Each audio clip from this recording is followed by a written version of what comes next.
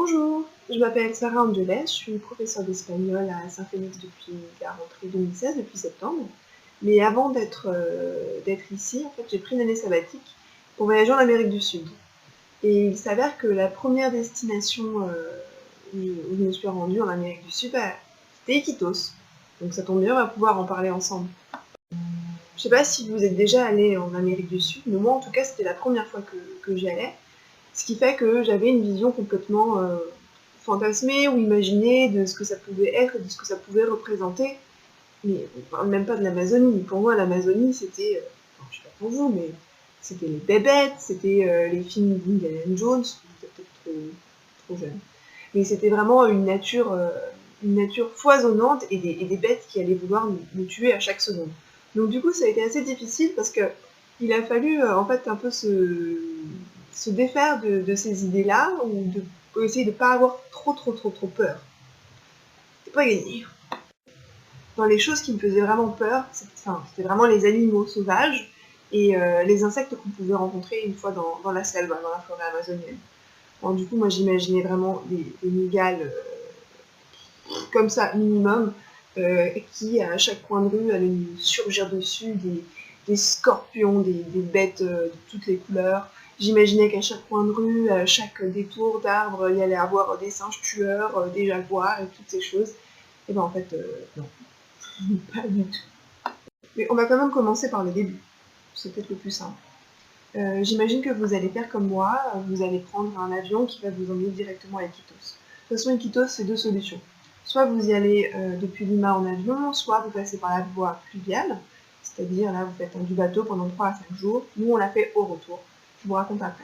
Mais en tout cas, ce qui est assez impressionnant déjà, et préparez-vous, c'est le survol de l'Amazonie.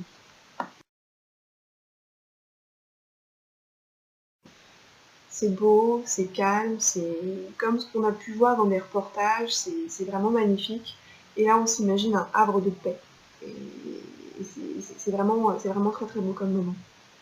Après, l'avion atterrit. Vous sortez de l'avion, vous prenez la chaleur dans la face. Après, vous récupérez vos bagages. Les portes de l'aéroport s'ouvrent quand vous êtes prêt à partir. Et là, c'est le début du joyeux bordel. Excusez-moi l'expression. Ce qui est difficile pour nous, c'est une fois de plus, ça dépend de ce que vous avez connu ou vous avez voyagé avant. Moi, je connaissais un petit peu l'Asie, donc j'avais l'habitude un peu du bruit, des odeurs, mais là, c'était puissance 10 millions. Donc vous sortez, là comme ça, les portes s'ouvrent et du coup, bah, les Péruviens sont là à un peu essayer de vous attraper pour que vous puissiez prendre leur taxi un peu tuk-tuk. Il faut savoir qu'il n'y a quasiment pas de voiture à Iquitos, du coup c'est des petites motos trafiquées dans lesquelles vous pouvez monter à 2 ou à 3. En général 3 c'est pas terrible mais ils vont vous mettre à 3 là-dedans. Et du coup ils essaient un petit peu de vous attraper pour que vous montiez dans leur, moi j'appelle ça un tuk-tuk, leur moto-taxi finalement. Et là, bon, bah, à un moment donné, vous êtes obligé parce qu'il n'y a pas d'autre moyen pour rejoindre le centre-ville, entre guillemets, d'Iquitos. Donc vous montez là-dedans et là, vous avez juste peur de mourir parce ils conduisent comme des fous pour nous, parce que nous, on vit dans un pays où c'est très régulé, où on fait très attention, voilà. Là, vous êtes sur la route qui double un peu n'importe comment, c'est la loi du plus fort, et puis les motos sont trafiquées, sont pas toutes aux normes, du coup ça pue, il y a du bruit, voilà. Donc ça, c'est un peu peut-être ce que vous allez ressentir en arrivant. Waouh, chaud, il y a du bruit, et puis après, ça sent pas très bon. Ça sent pas très bon parce qu'en fait, bah, il fait très chaud, d'une, puis les normes d'hygiène sont pas forcément les mêmes que chez nous. Donc moi, c'est ça qui m'a frappée au début. Ça a été, j'ai été vraiment saisie par les bruits et par les odeurs et par toute cette effervescence, un petit peu comme si c'était une espèce de fourmilière. Donc vous allez voir, vous, ce que vous allez ressentir, mais moi, dans mon confort de petite parisienne que j'étais, ça m'a fait quelque chose. Et je ne pouvais pas m'empêcher de comparer ce que j'étais en train de vivre avec la façon qu'on avait de vivre nous-mêmes en France. Et ça, c'est vraiment pas une bonne solution, parce qu'on ne peut pas comparer tout simplement. Donc il ne faut pas essayer de comparer, même si je pense que c'est un truc naturel. Mais dans tous les cas, préparez-vous à en prendre plein les yeux, plein les oreilles, plein le nez.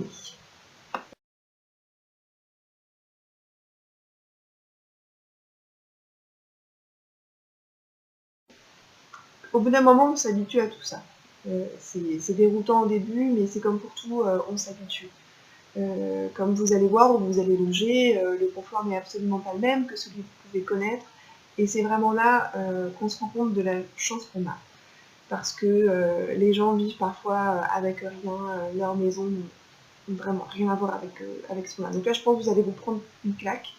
Donc je pense que vous y allez aussi pour ça, pour aider les autres, mais aussi pour vous rendre compte véritablement de la chance que vous avez, qu'on a, et ça c'est vraiment très important. Et une fois qu'on s'est habitué, on commence à voir tout ce qui est génial aussi là-dedans. Parce que c'est une façon de vivre qui est tellement différente de la nôtre, qu'il y a des choses forcément qui vont vous déplaire, mais aussi beaucoup d'autres qui vont vous plaire. Moi, ce que j'ai particulièrement aimé, c'est l'effervescence dans la rue.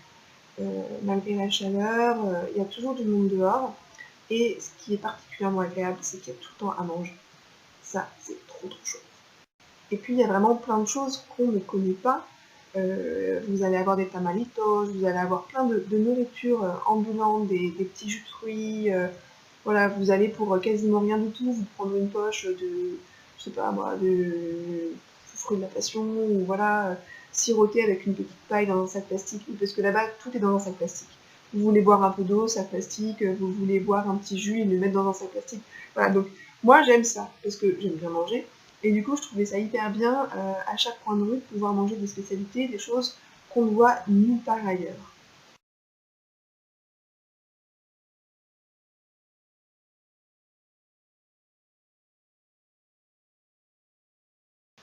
À côté de la nourriture, ce que j'ai aimé aussi, c'est une fois de plus le fait que les gens soient dehors. Tout se passe dehors, absolument tout. Il y a des stands ambulants, indépendamment de la nourriture, de toutes choses. Les marchands de journaux, les vendeurs de cigarettes, ils vendent des cigarettes à l'unité, ils vendent des chewing-gums à l'unité, ils vendent tout. Et du coup, tout se passe vraiment dehors. Il y a des magasins, bien sûr, mais la majorité des gens va acheter beaucoup de choses à des vendeurs ambulants à l'extérieur. Et moi, j'aime ça, parce que je trouve que c'est beaucoup plus vivant. Et puis ça grouille de partout, et voilà, c'est hyper chouette. Ce que j'ai apprécié aussi, c'était la gentillesse. La gentillesse des gens, parce que bon, Quito c'est quand même assez touristique, donc ils ont l'habitude de voir les gringos chez nous, c'est les blancs-becs, et ça les empêche pas en fait d'être curieux ou de parler avec eux. Ça dépend, il y a des endroits non, des endroits où ils vont nous regarder un peu comme ce qu'on représente pour eux, un billet sur pattes. Mais il y a vraiment des personnes qu'on a rencontrées qui ont été vraiment très sympas, qui s'intéressent à qui on est, d'où on vient, ce qu'on vient faire, et qui sont aussi contents qu'on s'intéresse à leur culture. Donc ça, c'est vraiment très chouette. Et on a fait de belles rencontres, notamment nos guides dans la jungle, José Père et José Fils, qui étaient issus de familles très pauvres, voilà, mais qui nous ont fait partager leur amour de la forêt amazonienne, qui nous ont appris des choses inimaginables. Quand on voit des hommes qui sont capables d'écouter la forêt, qui sont capables de suivre des singes à l'odeur, enfin, c'était vraiment un échange génial, parce qu'une fois de plus, je trouve que nous, dans notre société, on valorise beaucoup l'intellect, l'intelligence, tous ces trucs-là, et puis finalement, on laisse de côté d'autres choses qui sont tout aussi importantes. Et là, on s'est retrouvé avec des gens qui sont nés dans la forêt, qui ont grandi dans la forêt, et qui ont une connaissance de la nature inimaginable. Vous ne comprenez absolument rien à côté d'eux, je me sentais vraiment toute petite. Et c'était des gens avec lesquels on arrivait, dans une certaine mesure, à dépasser toutes les barrières qu'on pouvait rencontrer, de pays, d'argent, de culture, de langue. Enfin, langue, encore moi, ça allait. Mais voilà, j'ai trouvé que c'était vraiment beau, et vous, ce que vous allez vivre, ça va être encore plus beau, parce que voilà, c'est décider de prendre le temps de parler aux gens, d'être avec les gens, et là, vous allez voir que à partir du moment où on s'intéresse aux autres, bah, ils sont ravis. Donc pour ça, c'était vraiment une expérience géniale. Et du coup, on a pu voir dans la forêt, mais aussi dans la ville d'Iquitos et sur l'Amazone et ses affluents. On était beaucoup plus sur les affluents de l'Amazone que sur l'Amazone en tant qu'en lui-même. On a vu plein d'animaux. Et ça, c'était aussi génial. J'avais ma peur avec les bébêtes, dont je vous ai parlé au début. Et en fait, il s'est avéré que soit on a eu beaucoup de chance, soit c'est qu'on n'a pas prêté attention, mais on n'a pas vu de bêtes qui, moi, m'ont effrayée au point de ne plus avoir envie de sortir dehors. Mais on a vu des animaux que je n'avais vus que dans un zoo, ce qui n'est vraiment pas terrible.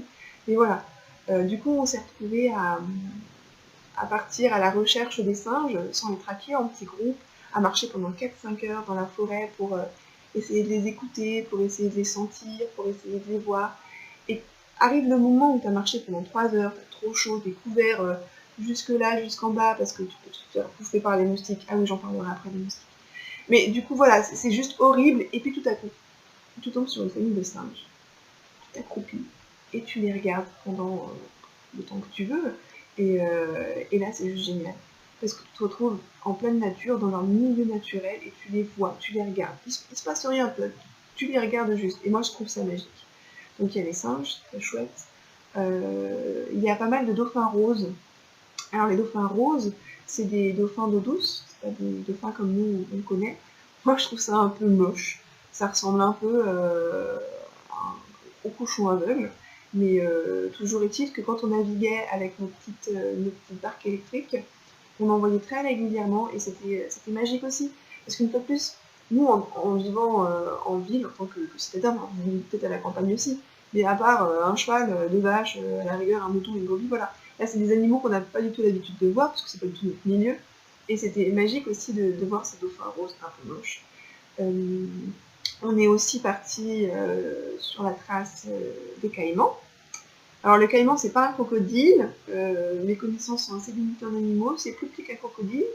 Du coup, ça peut moins te tuer si tu t'attrapes. Mais c'est pareil avec nos guides. On est parti du coup sur un affluent. Du coup, pareil, pour faire de bruit, on est couvert, chapeau au soleil, crème solaire, anti-moustique, tout ce qu'il faut. Et là, on navigue doucement et on voit les caïmans qui se cachent, qui passent à côté de nous. Voilà. Donc là, c'est pareil. Moi, j'avais peur de ça. Mais en fait, il n'y avait pas de raison parce que ils vont pas nous attaquer si on ne les attaque pas en fait. Ils ne vont nous attaquer que s'ils se sentent en danger. Or, il n'y avait pas de raison qu'ils se sentent en danger parce qu'on n'était pas là pour leur faire du mal. Après, on a rencontré des gens qui partaient la nuit dans la forêt afin de voir tous les animaux nocturnes. Nous, ça, on n'a pas voulu le faire pour la simple et bonne raison que moi j'avais peur. J'avais vraiment pas envie de tomber nez à nez avec des bêtes qui me terrorisent. Là, dans ma petite barque, j'étais bien, il ne pouvait rien se passer, et puis à l'arrière, il y avait d'autres gens qui pouvaient manger avec moi. Donc ça, on n'a pas voulu faire, et puis de toute façon, notre guide nous a dit que dans l'endroit où nous on était, dans notre réserve naturelle, on était trop loin de la civilisation, et que s'il arrivait quoi que ce soit, il n'était pas en mesure de pouvoir nous soigner ou nous emmener vite quelque part. Donc ça aussi, bon, je dis bon, peut-être rester en vie.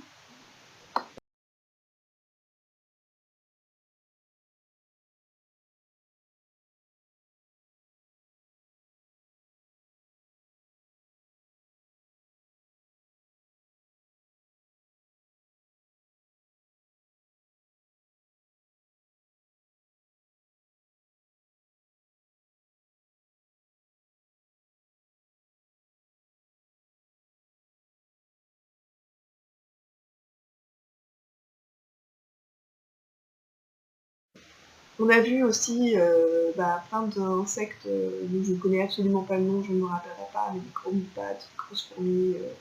On a vu des araignées, mais j'ai dû voir une migale, mais pas plus, et puis c'était très bien. Non pas que j'ai la phobie spéciale des araignées, mais j'étais très contente de ne pas avoir de trucs trop peur. On n'a pas croisé de serpents.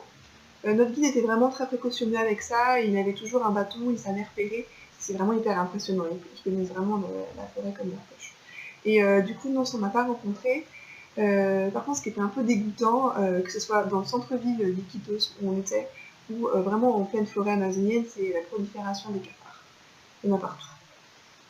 Partout, partout, partout, partout. Vous avez dans l'auberge dans laquelle on était à Iquitos, on va aux toilettes, il y a des cafards qui baignent dans les toilettes. C'est un peu dégoûtant, mais une fois de plus, on s'habitue à tout en fait. Au début, on est choqué, un capard, c'est dégoûtant, hein, puis en fait, ça va pas nous empêcher de faire pipi, et puis il y en a tellement partout que finalement, on s'y habitue. Désolée. On va maintenant revenir un peu à Iquitos, la ville. Iquitos, la ville, donc je vous ai dit, c'est un joyeux bazar, il y a du monde partout, des stands de partout, des vendeurs ambulants partout. Vous allez sûrement aller faire un tour au marché de la ville. Là, faites attention, ne prenez pas d'appareil photo, rien ostentatoire, n'allez pas tenter les gens. Planez, regardez, et préparez-vous à avoir des trucs qu'on n'a pas l'habitude de voir. En termes de nourriture, une fois de plus, il faut savoir que là-bas, ils mangent ce qu'ils trouvent. C'est-à-dire qu'ils mangent des tortues, ils mangent des caïmans, ils mangent des autres tortues, ils mangent tout et ils vendent tout. Ce qui fait que vous allez voir tous les animaux possibles et imaginables morts ou en vie sur le marché. Donc âme sensible, pas à s'abstenir, mais prenez sur vous. Puis vous allez voir aussi une espèce de gros verre blanc comme ça, là. Et gros comme ça et comme ça. Qui bon, c'est vraiment très très très dégoûtant. Ça peut se déguster, je l'ai pas goûté, ça peut se déguster cru. Mais il propose aussi des petites brochettes d'œufs. Ça a l'air d'être délicieux. Donc quand je vous dis qu'il mange tout, c'est vraiment qu'il mange tout. Mais à côté de ça, il y a aussi beaucoup de couleurs, beaucoup d'odeurs qui sont très très très agréables. Donc ça c'est plutôt chouette. Iquitos en soi, la ville elle est pas moche, elle est pas jolie non plus. Mais en tout cas, si c'est votre première visite en Amérique du Sud, ça vous donnera un aperçu des maisons coloniales.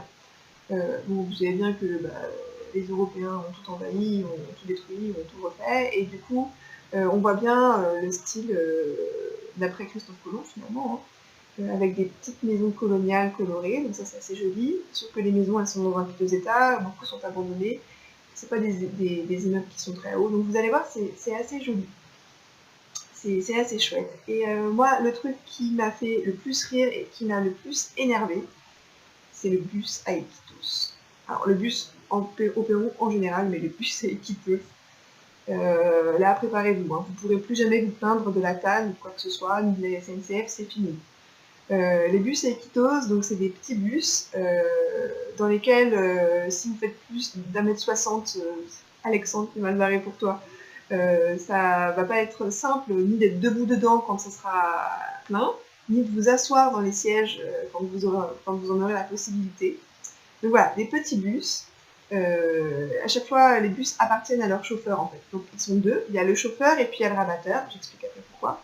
Ce qui fait que le bus est décoré avec des photos du choix du chauffeur. Donc ça c'est assez rigolo. Le pot d'échappement est à l'intérieur, ce qui fait que ne vous mettez absolument pas au premier rang à gauche parce que vous prenez absolument tout à fumer du pot d'échappement dans le nez, dans les yeux, dans tout ce que vous voulez. Donc ça c'est assez drôle. Musique à fond.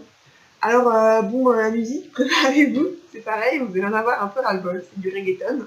Donc, les reggaeton, il y a tout le temps, c'est horrible. Mais bon, ça, je m'y suis pas habituée, par contre, j'en avais vraiment pas envie. Et donc, dans ces bus, donc, comme je vous disais, soit vous êtes entassé debout, mais vous n'êtes pas debout, donc vous êtes penché, soit vous êtes assis, pour ce qui est censé être des places pour deux, mais vu que nous, on est beaucoup plus grand et plus large que les Péruviens, à deux, c'est compliqué de rentrer dans un siège, vous verrez bien. Et donc, ce qu'il faut savoir, c'est que pour monter dans un bus ou pour descendre du bus, il faut que vous demandiez, que vous criez au chauffeur, je descends, ou dans la rue, que vous le alpaguiez, mais il faut être à peu près au bon endroit. Et ça fait des situations assez rigolotes parce que nous, il nous est arrivé, mais je sais pas combien de fois, et c'est pas la barrière de la langue, hein. C'est juste qu'on n'était pas doué, je sais pas, qu'on n'osait pas assez, ou je sais pas du tout. Mais on s'est retrouvé plusieurs fois au mauvais endroit, parce qu'on n'était pas descendu au bon moment, on était descendu trop tôt, du coup il faut reprendre un bus, tu sais pas quand il arrive, parce que clairement il n'y a pas d'horaire, voilà.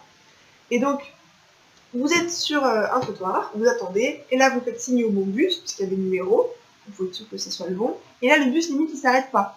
La deuxième personne qui est dans le bus est là pour vous attraper, pour vous aider à monter. Vous avez plutôt intérêt à être réactif, donc si vous avez des bagages ça va pas être simple, mais ça se fait. Et voilà, et ce monsieur-là passe, on dira la monsieur, mais on a vu aussi des femmes, passe son temps à crier le nom des arrêts et la destination. Donc c'est pareil, ça rajoute un peu une cacophonie déjà au reggaeton, au tout petit pété qui klaxonne, voilà. Donc c'est un joyeux bordel, et nous, ça nous a fait rire. Parce qu'on se voyait dans le bus, là, où on faisait 3 fois la taille des gens, on était tout collés, tout serrés, on savait pas où descendre, même quand on demandait, on n'était jamais au bon endroit. Donc, c'était autant déroutant qu'hilarant. Après, tout dépend comment vous décidez de prendre les choses. Mais en tout cas, le bus, moi, ça m'a bien fait rire.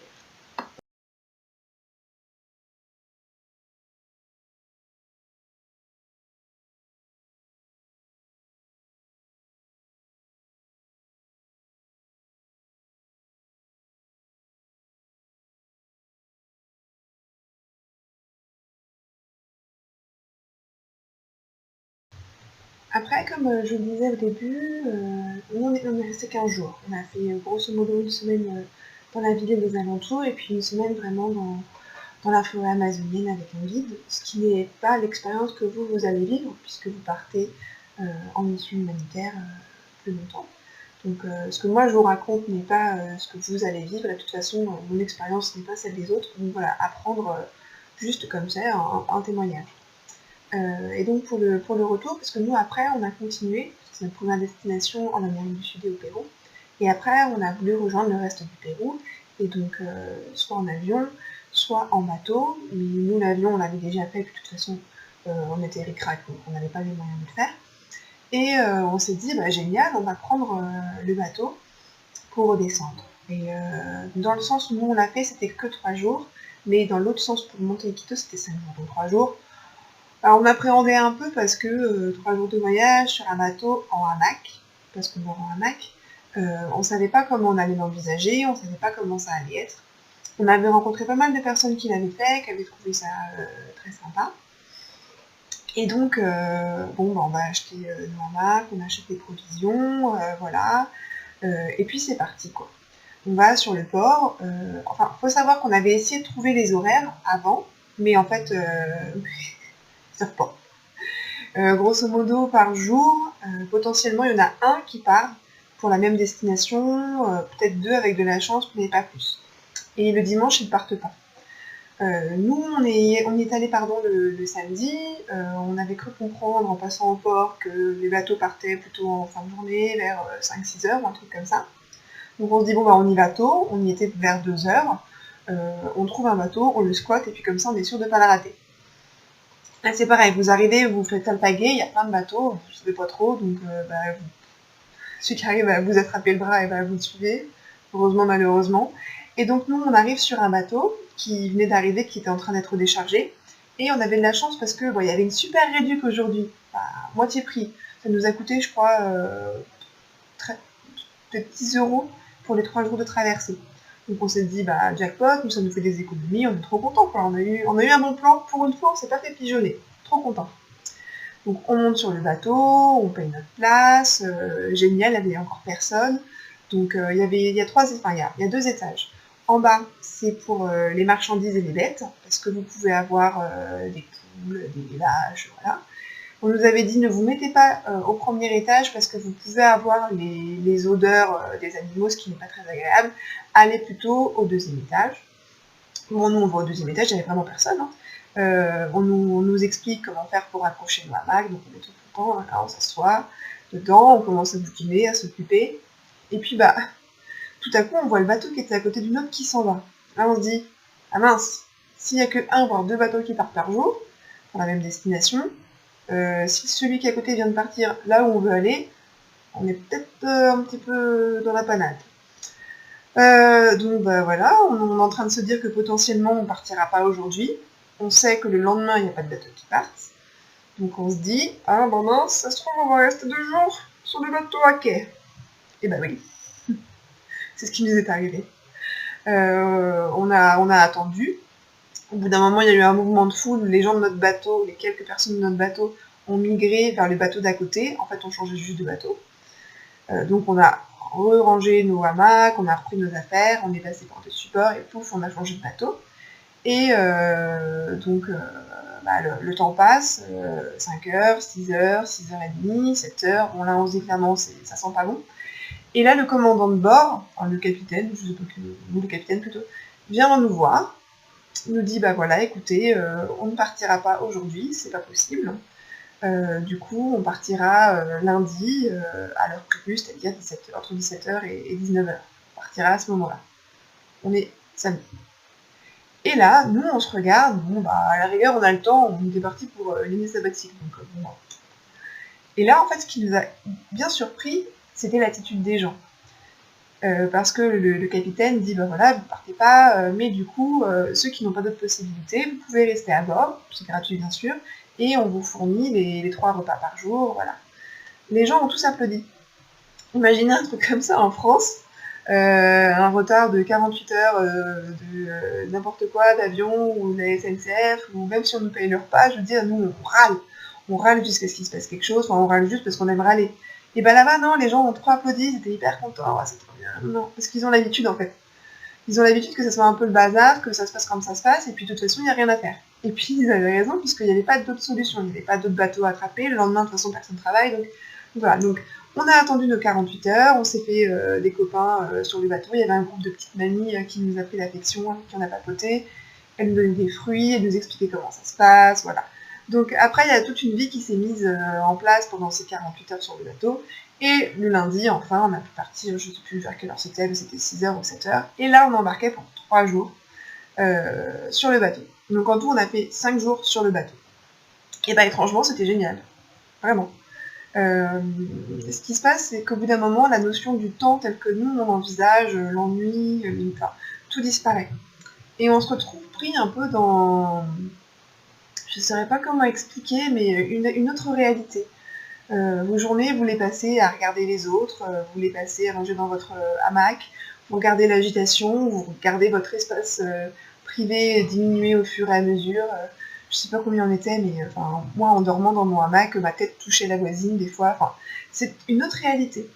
Et même si c'était très différent de ce que j'ai l'habitude de vivre avec un confort sommaire, c'est le cas de le dire, des sanitaires, il y en avait 5 pour 150 personnes. Voilà. En fait, malgré tout ça, je crois que c'était la meilleure expérience de toute ma vie. Parce qu'on était avec les gens, on était à notre étage les seuls étrangers. Tous les autres étaient des Péruviens, donc on était en immersion totale. Les gens étaient vraiment adorables. Et on a vécu au rythme de leur vie, et ça, c'est pour moi une expérience géniale. À la fin, je m'occupais de tous les enfants qui étaient sur le bateau. Ils m'appelaient mademoiselle, ils m'appelaient oh la grande, comme t'es grande. Voilà, il y avait des liens qui se sont créés avec ces gens, et c'était vraiment génial.